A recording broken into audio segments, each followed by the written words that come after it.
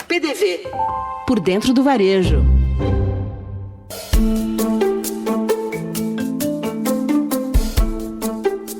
Olá, eu sou Adriano Sambugaro e este é o PDV. O varejo está mudando. Novos formatos, inteligência artificial, etiquetas eletrônicas, centrais de produção, CRM, experiência de compra do cliente, marcas próprias.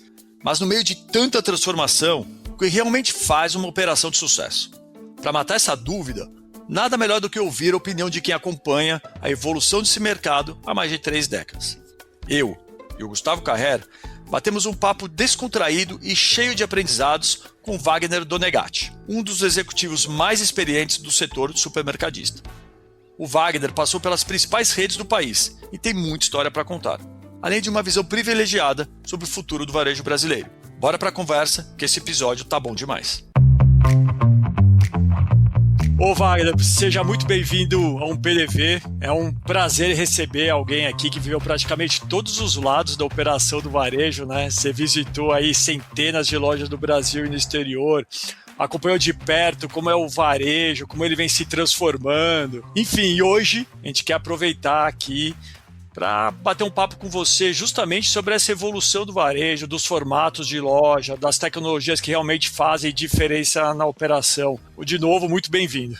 Primeiro, Adriano, Gustavo, uma honra muito grande de participar de um podcast tão importante hoje, o Próximo Varejo, que é o PDV. Sem dúvida nenhuma, muito, muito feliz, né, por 35 anos de varejo, onde eu passei em todos os formatos aí do varejo, e também nas grandes empresas e pequenas e médias empresas, que eu acho que é muito bacana. Pra você ter uma ideia, 22 anos de Pão de Açúcar, Carrefour, Walmart, Big, Dia, Pátria, Plurix, né, que é a Pátria, né, na verdade, também passando pela Coop. Então eu tive a oportunidade de participar de formatos e empresas diferentes, então empresas grandes, empresas médias e empresas pequenas. Agora, e o importante de todos os formatos imagina, passar no modelo de hard discounter, modelo de hipermercado, clube de compra, trabalhar no modelo de supermercado, hipermercado. Tive o prazer de desenvolver o modelo do que é o Minuto hoje, mas as primeiras 40 lojas do Brasil, do modelo de proximidade do Grupo Pão de Açúcar, eu tive o prazer de participar. Então, eu sou um profissional com muita sorte por ter passado nessas grandes empresas em todos os formatos. Dificilmente você vai conseguir passar em todos esses formatos. As pessoas são muito especialistas, né? Ou no super, ou no hiper. E, na realidade, você só muda o chapéu, né? Que o mais importante é como você lida com as pessoas e a sua liderança perante ao negócio, né? Você muda de produto, muda de forma de atender, às vezes, né? Posicionamento, mas, sem dúvida nenhuma, as pessoas fazem toda a diferença. Então, é um prazer enorme estar com vocês aí. Show. Aproveitando aí essa sua vivência, você que começou aos 15 anos de idade, né? 33. Não posso falar nada. Aproveitando e pegando a onda aí, quais são, então, as principais diferenças entre os formatos de loja que você tem visto aí nos países que você já visitou, na tua experiência em que você já trabalhou na operação, e o que mais te chamou a atenção nessas visitas e nesses formatos? Então, o que acontece, Adriano? A gente tem no Brasil também os formatos muito parecidos com os americanos, por exemplo. Só que lá é muito mais claro o posicionamento de cada um deles. Aqui se mistura muito, o próprio consumidor. A hora que eu falo assim, eu estou num bairro, eu tenho um supermercado, eu tenho um hipermercado, eu tenho um atacado, eu tenho uma loja de proximidade, eu tenho uma loja autônoma que está pegando. É o mesmo cliente que circula em todas elas. Mas não está muito claro, às vezes, o posicionamento. E lá fora está muito claro isso. Então, eu acho que, inclusive, as próprias empresas se posicionam muito mais claro. Aqui a briga é muito forte, um buscando ainda o espaço do outro, né? A gente vê o atacarejo agora entrando no mundo dos perecíveis, né? Que a gente sabe que não era o forte do atacarejo, né? Agora colocando açougue, colocando padaria, colocando frios, você imagina, vai atendimento, vai quebra, e ele se mistura fortemente o que era um hipermercado e que era um supermercado. Então o combate é muito, muito forte nesse sentido. Então não é muito claro o posicionamento, se mistura bastante. Só para você ter uma ideia, um número importante aí para o público que está assistindo vocês, hoje o nosso varejo participa com mais de 1 tri, né? 1 trilhão de venda, né? E representa 10% do PIB brasileiro. Enquanto nos Estados Unidos é o mesmo 1 trilhão, só que em dólar, né? A diferença é isso, né? E participa com 4%. Então a gente tem um varejo aqui no Brasil, Adriano, Gustavo, muito mais forte que os Estados Unidos. Nós temos mais de 400 mil lojas aqui. Então lá é concentração. Sim. E aqui a quantidade, assim, então tem lugar para todo mundo aqui, né? Então a gente vê o varejo brasileiro com muita oportunidade. Gustavo, e vocês que atendem muito pequeno e médio também, né, Gustavo? Vocês vê a diferença brutal. Lá nos Estados Unidos a maioria das redes grandes tem 2.000 lojas. Você pega uma Audi com 2.000 lojas, você pega o Walmart com mais de 2.000 lojas, você pega a Publix com mais... Então, assim, a quantidade, a concentração é muito maior. Aqui é uma grande diferença que o pequeno e o médio ainda tem muita força. O varejo regional ainda tem um peso muito forte no Brasil, né? As marcas locais e regionais. Não só as regionais, né, mas as locais também, né?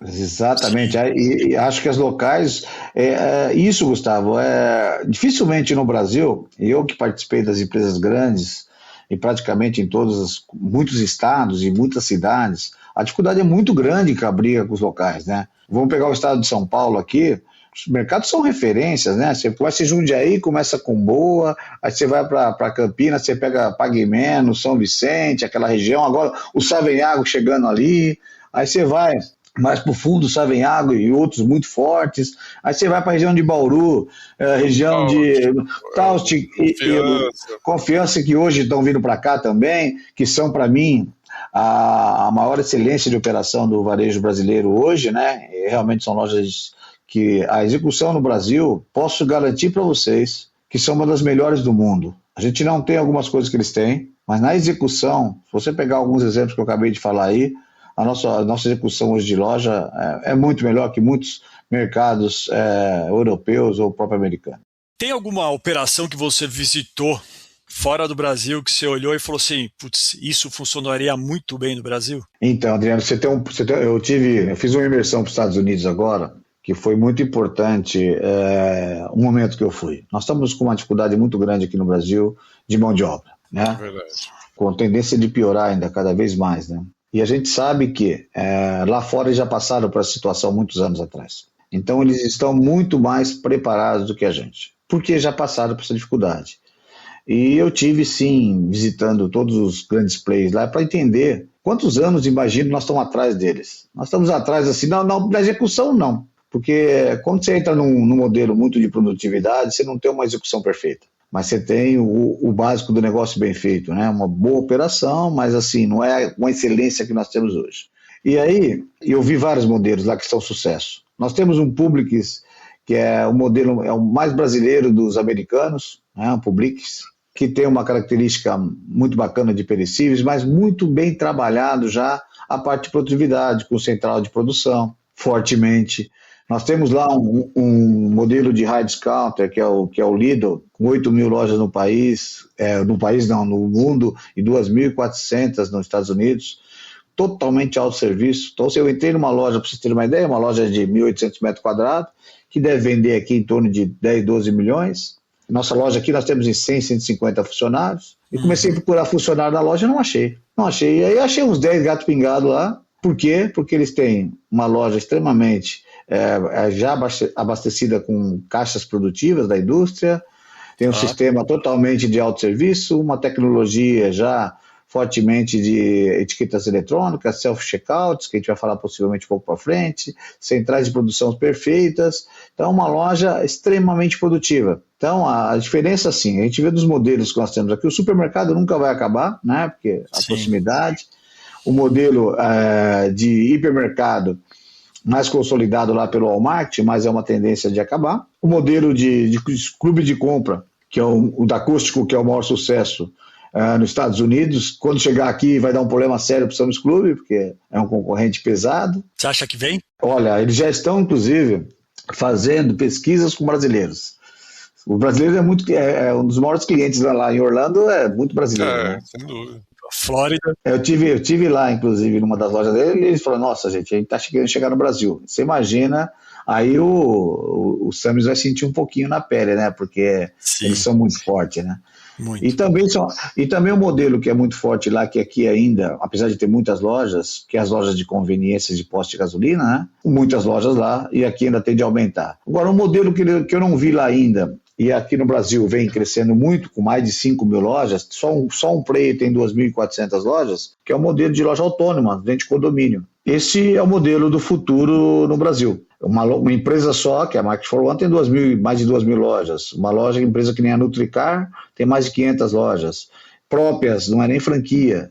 A Market for One é franquia, né? Então é um modelo que vai crescer muito. Mas em relação aos Estados Unidos, eu acho que o grande ganho nosso é o trabalho de futuro de produtividade, que eu acho, e tecnologia, que a gente sabe que é a praia de vocês aí, né? Sim, sim. Sobre as mudanças, né, que a gente tem observado, qual que é a relação disso com a própria mudança do consumidor, né? Muitas falando das canetas emagrecedoras, estão mudando o hábito. Aqui no Brasil você tem outros fatores que estão impactando, que é uma parte da renda de uma população que já tem uma renda restrita sendo gasto em apostas, enfim. Como que essas mudanças no comportamento se relacionam com esses formatos que a gente acabou de falar agora? Bem colocado, viu, Gustavo? Porque realmente uma mudança expressiva, uma pela economia dos bets, né, que a gente sabe disso, a própria economia do país às vezes, e outra fortemente por mudança de consumo pelo lado do cuidado pessoal, né? Então as empresas estão se preparando fortemente com uma linha mais saudáveis para o lado pessoal, porque isso é uma tendência muito grande. E o lado da economia, o nosso consumidor, ele se mistura muito, ele está em todos os formatos ao mesmo tempo. É verdade. Essa talvez seja a grande dificuldade no Brasil, porque o cara circula pelo atacarejo, pelo supermercado, pela proximidade, pela loja de hipermercado, e logicamente o que aconteceu nos últimos anos, né? Não sei se vocês concordam comigo, a compra abastecedora é o que mais dá rentabilidade num supermercado, num hipermercado, porque quanto mais o cara compra, ele forma um mix melhor para você ter um mix melhor de margem. Sim. E você não fica muito só para o lado da oferta, né? E hoje o atacarejo tomou conta disso. Então, sobrou para o supermercado. O hipermercado mesmo não está indo a dificuldade do hipermercado, porque ele perdeu essa compra abastecedora. E aí, isso gerou dificuldades em outros formatos.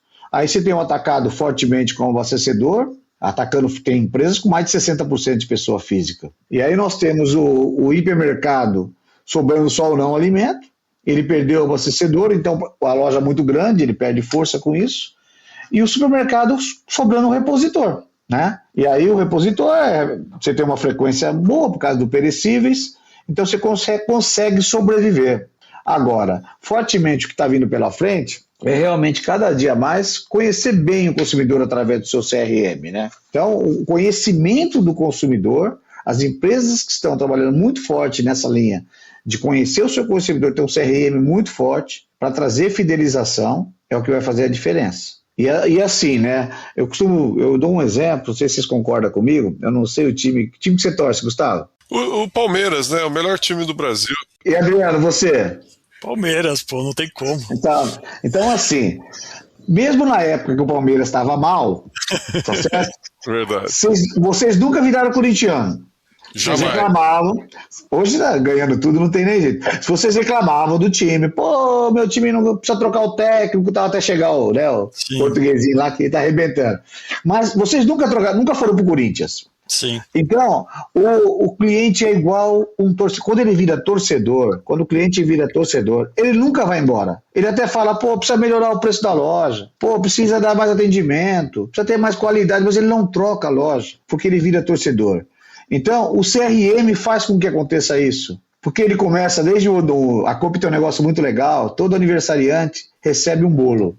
E o cliente fica cooperado por causa daquele bolo. E ele volta por causa daquele bolo. No dia da semana do aniversário dele, ele vai buscar o bolo dele, ele conta para todo mundo. Olha, uma coisa pequena que gera fidelização. E a Coop, para vocês terem uma ideia, tem mais de 93% de cliente cooperado, ou seja, fiéis. Uma empresa dessa nunca vai acabar, porque o cliente é torcedor. Ô Wagner, como é que entender dessas diferenças, né, dessas diferentes missões de compra? O que o varejista precisa construir para atender essas diferentes missões? Como que ele torna uma operação mais competitiva olhando para isso? Né? Você acha que hoje, por exemplo, uma ideia, eles têm uma construção muito baseada na capacidade de operação dele do que na jornada do consumidor em si? Boa, Adriano. Assim, a experiência de compra é o mais importante, né? A gente fala muito de preço, né? O cara vai pelo preço. O cara que vai só pelo preço, ele não é fiel, né? Ele troca, é só você colocar um arroz mais barato, uma contrafilé mais barata, ele vai migrar. Agora, o cliente que é mais interessante para qualquer negócio é o cliente que entende uma experiência de compra. Desde um carrinho que esteja funcionando na entrada, um PDV que funcione bem, o atendimento, o produto com alta qualidade e o preço é um preço justo. Então, Adriano, o que eu vejo assim, aquela empresa que conseguir mais trazer uma experiência de compra, porque por mais que tenha, a gente sabe que hoje a mudança do comportamento, principalmente para o online, né, que vem aumentando, a pandemia acelerou em pelo menos 10 vezes a compra online, mas a alimentação ainda, o cliente gosta de ir na loja. Gosta de comprar, é um passeio para ele, até porque com esse negócio de home office aí, cada dia mais vai ser um passeio à loja. E ele encontrar uma música legal, um carrinho funcionando, um ambiente com degustação, a troca com os funcionários de experiência, são coisas, uma área de vinho onde o cara vai se sentir, vai estar no sommelier para atender ele, sabe, são coisas, uma degustação que faz uma diferença que vocês nem imaginam. Você acha que é por isso que o Atacado começou a oferecer os serviços? Eu acho que não chega ainda nisso que a gente está falando, mas entre o atacado raiz, vamos chamar o seguinte, para o que a maioria dos atacadistas estão fazendo com mais serviço embutido na loja, é um caminho para chegar nisso? Na realidade é assim, né? O atacado, principalmente o açaí, o atacadão, quem está na bolsa precisa crescer venda sobre o ano. É um dos pontos importantes para as ações decolarem. E aí eles vêm em desafio em cima de desafio, né? Porque o açaí, por exemplo, pegou loja dos extras, virou todas as lojas, e aí agora precisa trazer mais venda. Está vendendo até bicicleta elétrica na loja, né? Verdade. Então, eles estão até vendendo isso. Agora sim, sem dúvida nenhuma, ele está buscando um cliente mais completo. Ele consegue ter perecíveis agora, o preço mais justo, né? Ele consegue ter um cliente mais completo. Ele está fazendo isso para trazer novos clientes, ou seja, mais físico ainda, e sem dúvida nenhuma traz uma rentabilidade, traz uma venda importante.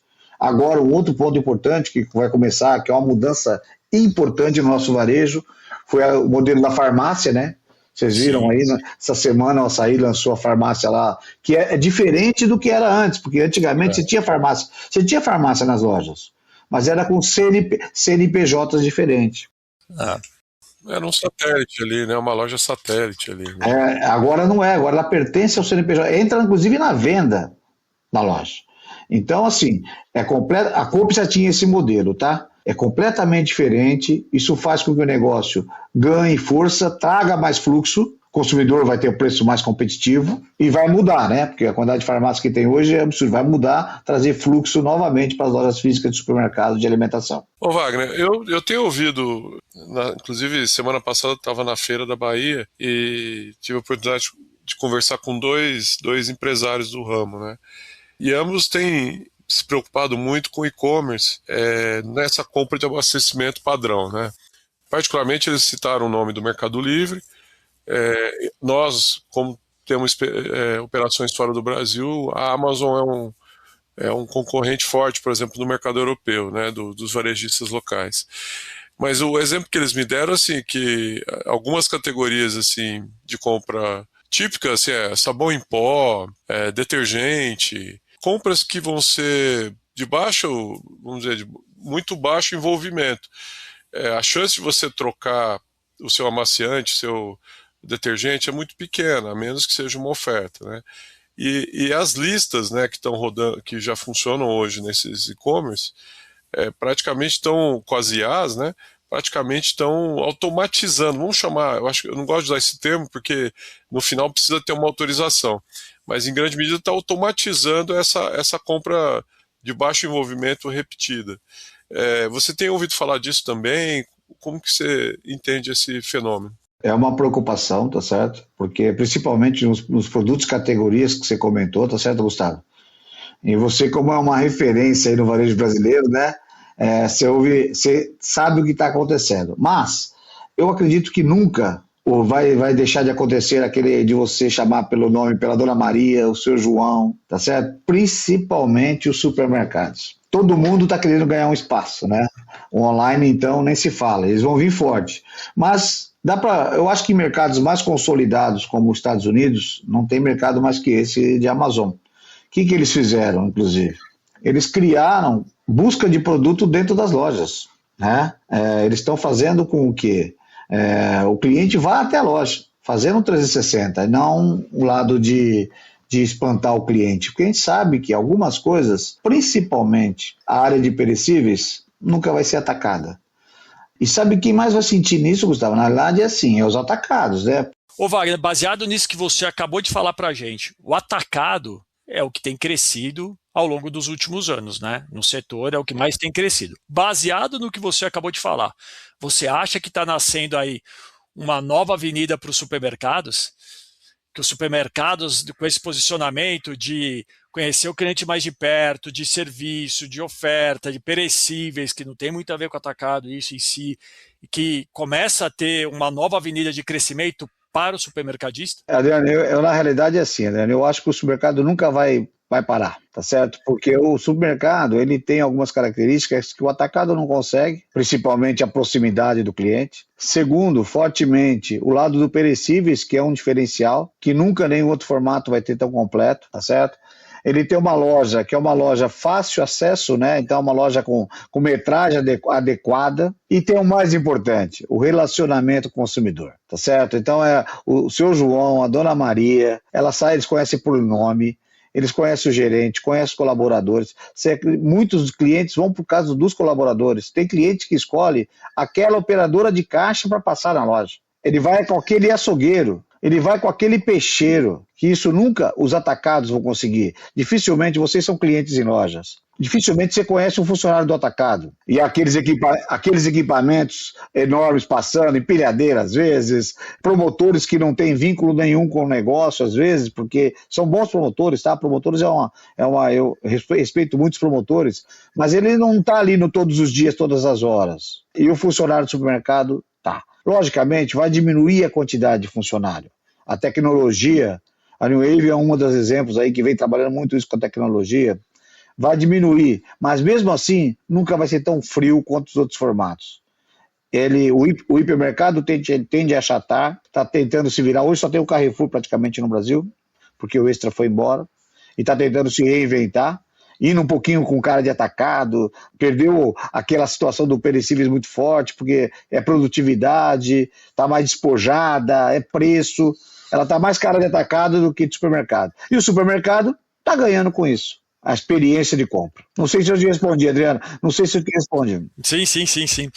Ô Wagner, quando você visita operações de destaque, quando você visita ou que você participou aí ao longo da sua carreira também na construção, quais que são, na sua visão, as práticas ou decisões de gestão que normalmente diferenciam as empresas que estão evoluindo mais rápido? Eu costumo dizer o seguinte, o maior patrimônio de uma companhia são as pessoas. E eu tive o prazer de trabalhar do lado próximo ao Abílio, né? Muitos anos, né? E ele falava uma coisa muito fortemente, que pessoas e processos. Pessoas certas no lugar certo e o processo adequado. Se você tem um processo muito bem desenhado, tá certo? E tem as pessoas certas, é garantido. Então, logicamente, as empresas de maior sucesso é aquela que passa experiência de compra, mas porque tem pessoas certas e processos corretos, né? Então, é o que vem diferenciando aquelas grandes empresas de sucesso. Você vê empresas que principalmente aí, o Gustavo falou bem, as empresas regionais, né, que são as locais, na realidade, né, com uma agilidade tremenda, tem uma equipe muito mais engajada, está se melhorando muitos processos no dia a dia, porque isso, até no papel que eu estou fazendo hoje do Conectando o Varejo, que é um modelo de apoiar os varejistas, cada dia mais essas pessoas vêm se profissionalizando o negócio e fazendo a diferença. Que o grande vai ficar muito difícil, porque não vai ter as pessoas certas, porque é muito difícil. Existe um turnover muito maior, inclusive. Hoje, umas empresas menores, o turnover é muito menor. O turnover da liderança das empresas regionais, Gustavo, você deve conhecer muitos líderes que estão há muitos anos nas regionais. Sem Tá dúvida. certo? Às vezes começou como empacotador e hoje é um executivo, um sócio. Semana passada a gente estava numa rede do Sul conversando. O pessoal está na rede há 25 anos, 20 anos, 18 anos. Todo mundo que a gente conversou, então é bem interessante isso. Eu vou contar uma coisa para vocês, que vocês querem ganhar numa visita de loja, vocês querem ganhar já o gerente, é o seguinte, vai lá e perguntar para ele o seguinte, onde você começou na sua função? Sabe onde ele começou? Na base. 99% dos gerentes de loja começaram ou como repositor, ou como empacotador, ou da limpeza. Então, assim, eles são extremamente engajados e gratos às suas empresas. Então, assim, cada vez mais vai ser um diferencial, além da agilidade, além de conhecer o público local, é a equipe que faz toda a diferença. Tá, Adriano? Acho que é isso que você falou, a maioria, cara, 25, 18, em quase todas as empresas. Se você for no Savenhago, você vai ver a maioria do comercial, da operação, da tecnologia, e eles vestem a camisa de uma maneira, você imagina. São torcedores. Que é igual eu falei de cliente torcedor, o funcionário colaborador torcedor, ele nunca sai da empresa. Sim. Falando de processos, um pouco, né, a gente tem visto a questão da centralização em si, né, em diversas áreas, né, que envolve tanto tecnologia como outras partes. A gente tem escutado bastante, por exemplo, de central de processamento, né, não tem mais processamento em loja, o pessoal olhando para o processamento, né, central de outras operações de loja em si. Você acha que essa é uma tendência natural de acontecer, tanto pela falta de mão de obra que seja, para você ter um padrão na rede como um todo, né? E se isso afasta um pouco da realidade local, né? Daquele do produto de você ter aquele fornecedor regional, né? Fornecedor regional, entendeu? É exatamente isso. Adriana, assim, não tem mais como fugir disso. Central de produção, ou pela indústria, ou pela própria rede, não tem mais como fugir. Por quê? Você falou pontos importantíssimos da central de produção. Você tem padronização, você supre um problema sério de mão de obra, principalmente dos eiros. Vocês sabem o que são os eiros, padeiro, peixeiro, açougueiro, que já não tem mais. Essa é uma mão de obra muito difícil. Então, assim, e você traz mais rentabilidade. Então, eu vou dar um exemplo para vocês. Lá na Coop tem uma central de produção de uma padaria, que é para mim, uma das primeiras que teve, uma das melhores que tem, que faz 400 toneladas de pães por mês. Inclusive, entrega o bolo de confeitaria, vem num processo de congelamento e só resfria na loja. Um padrão maravilhoso. E, sem dúvida nenhuma, deve ser uma das maiores rentabilidades do negócio. Então, assim, é uma tendência muito grande, já tem várias empresas partindo para isso. Como eu comentei para você, nos Estados Unidos isso já é realidade. As lojas recebem tudo pronto e nem parece que foi feito na central de produção. Porque o grande problema era a embalagem errada. Sim. Agora já acertaram a embalagem. Por exemplo, se vocês tiverem oportunidade, convide o pessoal que está participando do PDV e no Trimais. O Trimais tem 2 balcões de mais de 15 metros cada um, só de autosserviço feito na central de produção. As lojas, a rede maior vai ter uma central maior, rede menor vai fazer numa loja, que é a maior deles, e vai entregar para as outras. Isso já é uma realidade, não tem mais como estar fora disso. Isso, junto com a tecnologia, que vocês vão falar daqui a pouquinho, um pouco mais, é o que vai fazer a diferença para ganhar essa produtividade importante para o varejo. Você falou do Trimais, a gente visitou já a central de produção deles. O Mufato praticamente tem uma indústria de alimentos, né? E mais recentemente a gente teve no Public também, que tem uma política bem interessante. E aí um outro assunto que lá nos Estados Unidos a gente vê, principalmente se você visitou o Audi, você deve ter visto, que são as marcas próprias, né? Ainda há muito espaço para crescer no Brasil, né, Wagner? Tem sim. Gustavo, a marcas próprias, na realidade, poxa vida, a gente está há muitos anos aí batalhando para que a gente faça isso, porque isso traz muita fidelidade para o consumidor, né? Se o cara comprar uma marca própria sua, ele não vai achar no concorrente, né? Então, esse é o primeiro passo. Só que, pra vocês terem uma ideia, lá na Europa, tem loja 100% com marca própria já. 100. Eu me lembro bem quando o Casino fez participação com o Abílio no Pão de Açúcar. Ele queria duas coisas. Ele queria que a gente fortalecesse a marca própria e montasse um modelo de proximidade, onde ele nasceu lá, com proximidade tem mais de 8 mil lojas. E a marca própria, ele participava, tinha loja com 100%. Eu fui visitar lojas que era 100% de marca própria. Mas qual que é a grande... A gente errou algumas vezes no início com marca própria no Brasil, que a gente colocou a marca própria em produtos que não tinham qualidade. Posicionamento para produto de baixo de desconto. Isso foi um grande erro. Então a gente aprendeu muito com marca própria. Hoje tem um amigo meu que é o Antônio Sachi, que você conhece bem, da Amit, né? Que hoje são expertise em marca própria, talvez seja, já está em todas as companhias, e o marca própria não vai parar, vai crescer muito, Gustavo, porque é uma tendência assim. Como a indústria, se vocês perceberem, tendo um movimento ao contrário, a indústria está fazendo loja do varejo, certo? E o varejo está indo para marca própria, que aí não depende da indústria. E assim, quem ganha com isso? O consumidor. Dos dois lados, com marca própria, porque a política do marca própria é sempre, o produto tem que ser no mínimo 20% menor que o líder e a qualidade do líder. Se você pegar um Qualitá, por exemplo, é esse o posicionamento. Marca própria, uns 20% abaixo do líder e qualidade de líder. Inclusive, algumas vezes, o líder que faz. Verdade. Então, assim, é um ponto vai continuar crescendo, já tem... para chegar a 2%, 3% de marca própria era muito difícil, mas hoje tem empresas, Gustavo, com mais de 30% de marca própria já, de participação. Vai continuar sendo um diferencial. Sim. Quem for bem no marca própria. Minha opinião, tá? Eu tenho visto, que eu frequento bastante, o Mambo, muito forte nesse sentido, de marca própria com produtos muito bons, cara. Você compra sem medo, né? Sim. Até porque tem um ponto muito importante que você acabou de falar agora, Adriano. Quando você tem um produto de alta qualidade, você não tem medo de colocar o nome da empresa. Sim. Teve uma marca chamada... Lembra do Barateiro, Gustavo? Lembra, Adriano? Eu lembro, lógico. O Barateiro, a gente caiu na besteira de fazer marca própria Barateiro com produto de segunda marca.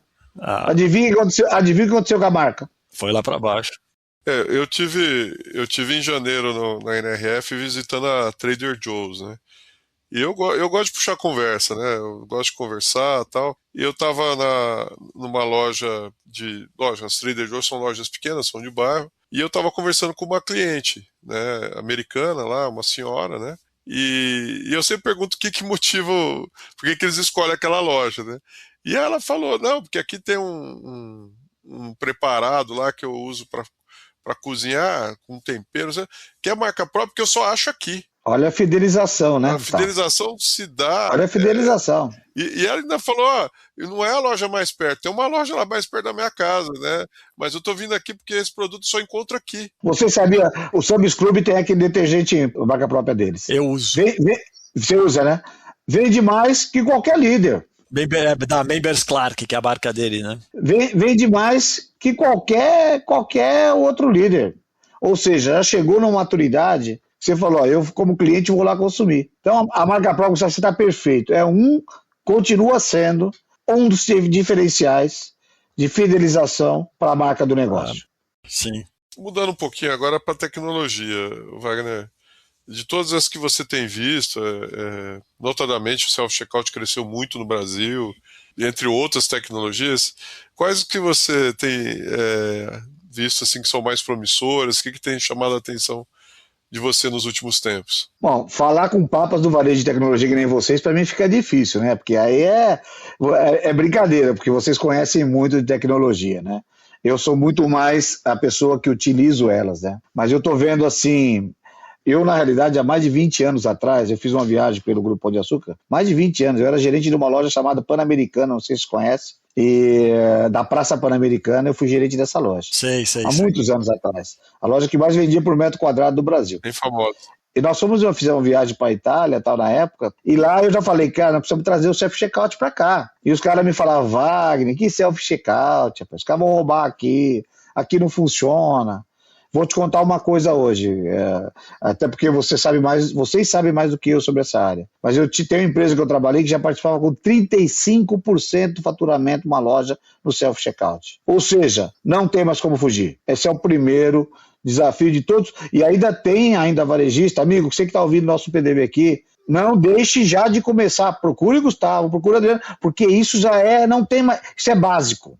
Segundo que vem muito forte, já é o lado da prevenção de perdas, né? Que a gente sabe que aí é outra praia sul importante. Cada dia a tecnologia é mais forte, tanto para PDV de frente de caixa, quanto o lado de tudo por IA hoje, né? Isso é uma tendência muito grande. Está se acabando os self-TVs. Hoje, o self-TV ou se monta uma central também de produção não é central de produção, como chama, Gustavo? Uma central de monitoramento. Isso. E vai acabar também a central de monitoramento, vai vir tudo via IA. Já tem uma tecnologia para isso, você sabe disso, que cada dia mais isso vem aumentando. E é muito importante, porque uma das principais vai servir para duas coisas. Uma para diminuir a quebra na loja, porque é um calo, vocês não imaginem, a maior dor de cabeça. Às vezes uma loja dá mais quebra do que resultado. É incrível isso. E outra, conhecer o consumidor, quais os passos dele. Essa ferramenta vai ajudar dos dois lados. Você tem ela, inclusive, né, Gustavo? Sim. Temos aí algumas coisas para ajudar nesse sentido. Algumas dessas coisas a gente tem.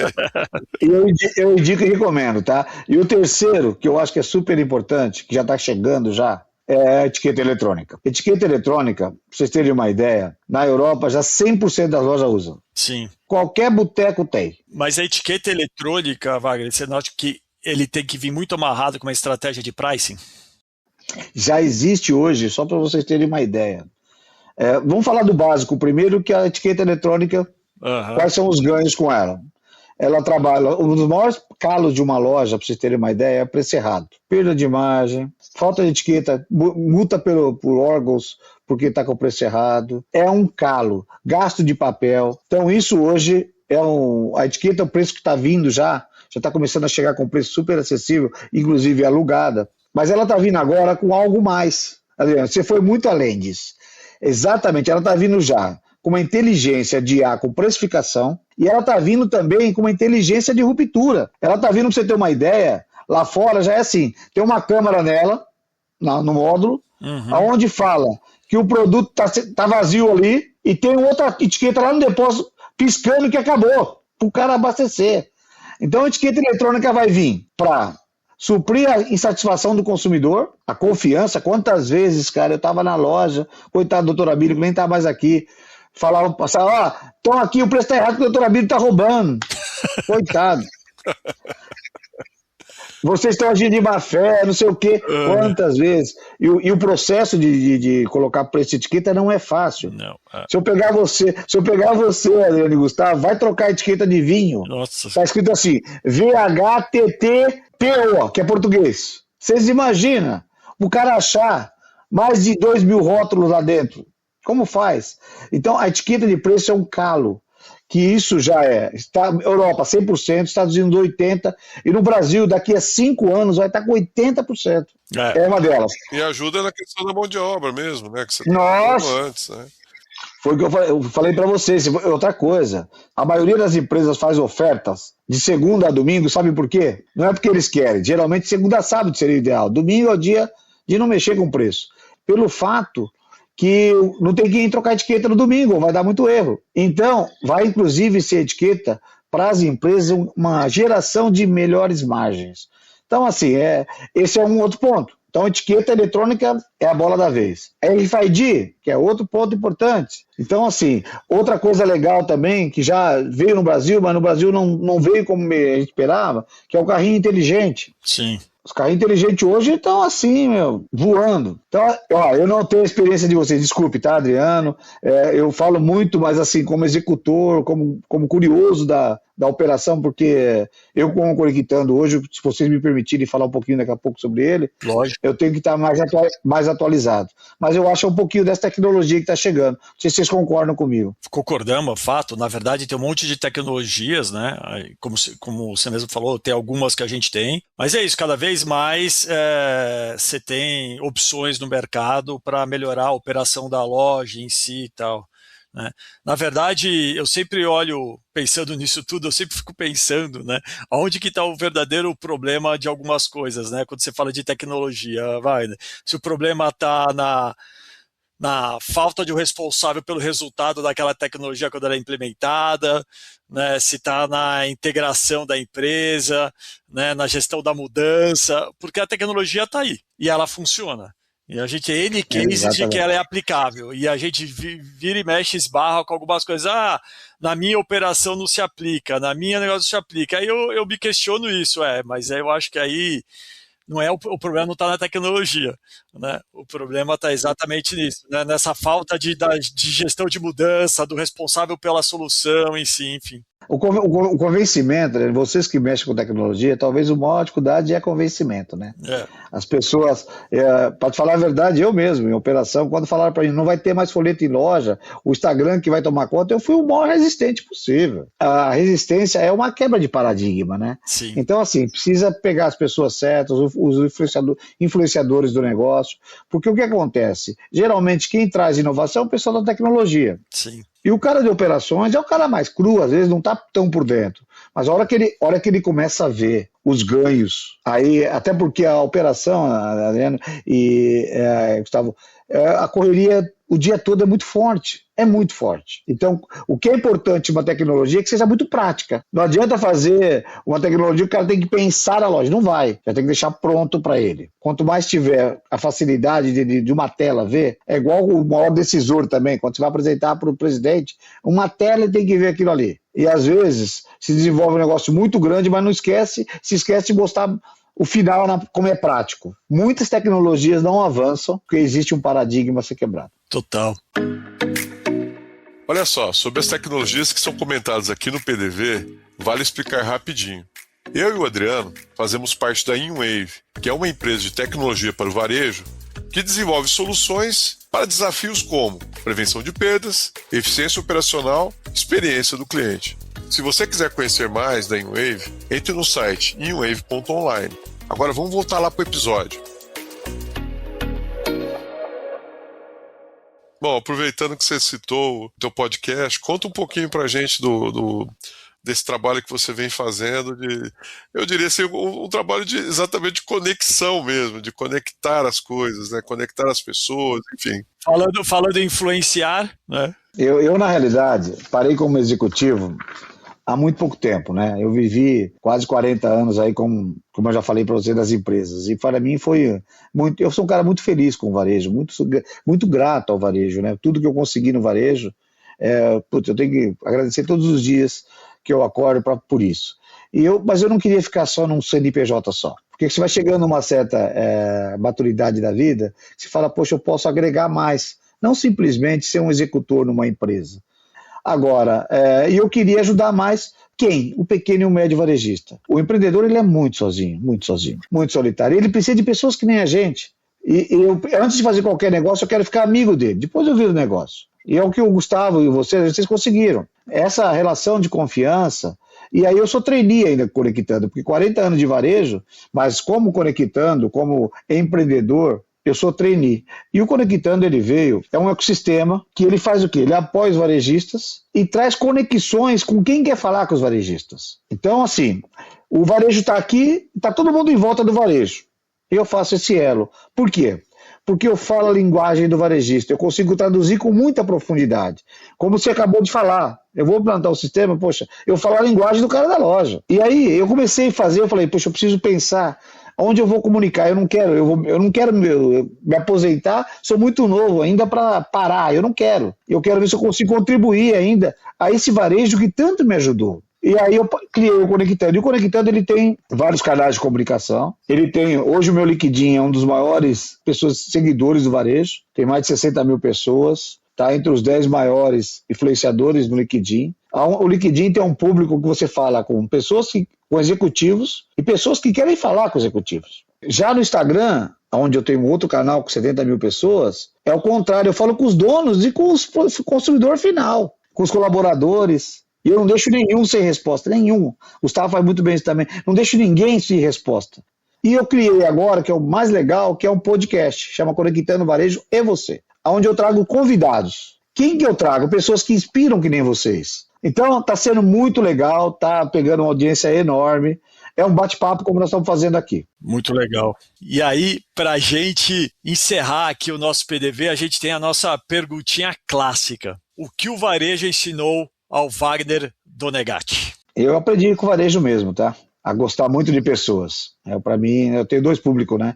Eu tenho o cliente interno e o nosso cliente externo, que são os maiores valores de uma companhia. Sem esses dois públicos não existe o negócio.